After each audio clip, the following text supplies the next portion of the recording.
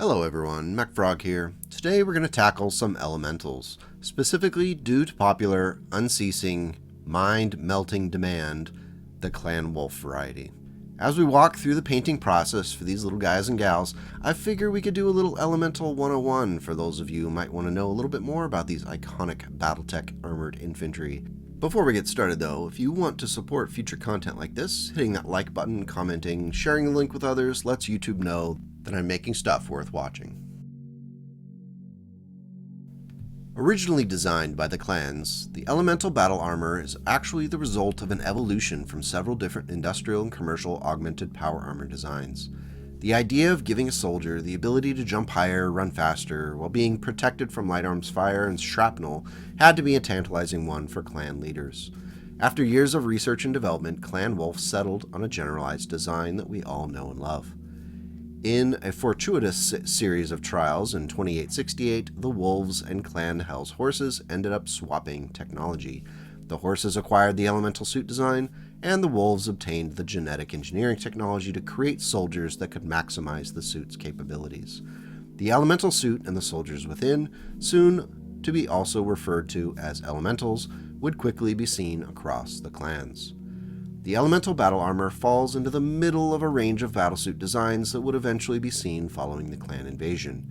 It's sealed and self-contained, so the elemental inside is not impacted by smoke, chemical weapons, and can operate completely submerged in water and retain combat effectiveness.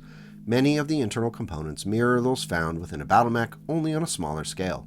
Myomer bundles attached to joints accent the elemental's body to the point that the suit feels weightless. There are sensors within the battle armor that can sense the movement of the elemental inside, and will react instantly to mimic the intended action. Each suit is tailored to the pilot so they cannot be easily swapped. The power pack on the back of the elemental can keep it up and running for roughly a day of sustained use. Rumor has it that the clans did experiment with a small-scale fusion reactor for battle armor, but it was deemed too dangerous to place such a reactor on the back of an elemental. For longer missions, elemental battle armor can be recharged by connecting to battle mechs, swapping out power packs, or plugging into mobile power stations. Seeing these elementals in battle for the first time must have been confusing at first, and then later terrifying. Infantry presenting such a direct and substantial threat to a battle mech is a humbling experience. Able to absorb light arms fire and even small and medium laser hits without being knocked out, the elemental presented a very real challenge for the mech warriors of the Inner Sphere, who now had to keep a keen eye out for the little hopping toads. Ignoring them could result in having armor panels ripped off, joints exposed, and your cockpit cracked open like a can of Bellatrixian tuna. It didn't take long following first contact with the clans for the houses of the Inner Sphere to start taking captured elemental battle armor and commissioning reverse engineering programs. The traditional armament of an elemental included a detachable SRM-2, a battle claw, and the pick of a small laser, flamer, or machine gun. Over the years, the loadout options have expanded significantly to include a variety of anti-personnel weapons like the micro-pulse laser and an AP Gauss rifle. The top speed of an elemental is 10.8 kilometers per hour, or about 6.7 miles per hour. This pales in comparison to the speed of even the slowest of battle mech. However, the elemental can more than make up for this with the ability to jump up to 90 meters at a time. Clan elementals can also hitch rides on the backs of mechs. Jumping elementals can close distances quickly while also making it a more difficult target. It's said that learning how to jump and land safely is one of the most difficult parts of learning how to use an elemental battle armor. Sergeant Major Zeb Isaacs McIntyre was recorded saying that 9 out of 10 injuries incurred during training happened during jump training. The elemental battle armor has become a popular unit in clan forces in the tabletop game for its versatility and ability to force opponents to shift focus away from more valuable assets.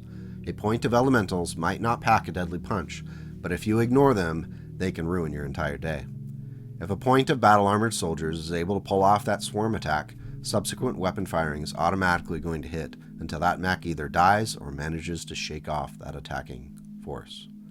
As far as the models go, I'm a little disappointed by the quality of the Catalyst Game Lab models for the elementals. There are several of the models that look partially melted, the mold lines are painful, and having each point in the box be the exact same requires removing them from the provided bases or risking having your star of elementals look like clones of every other point.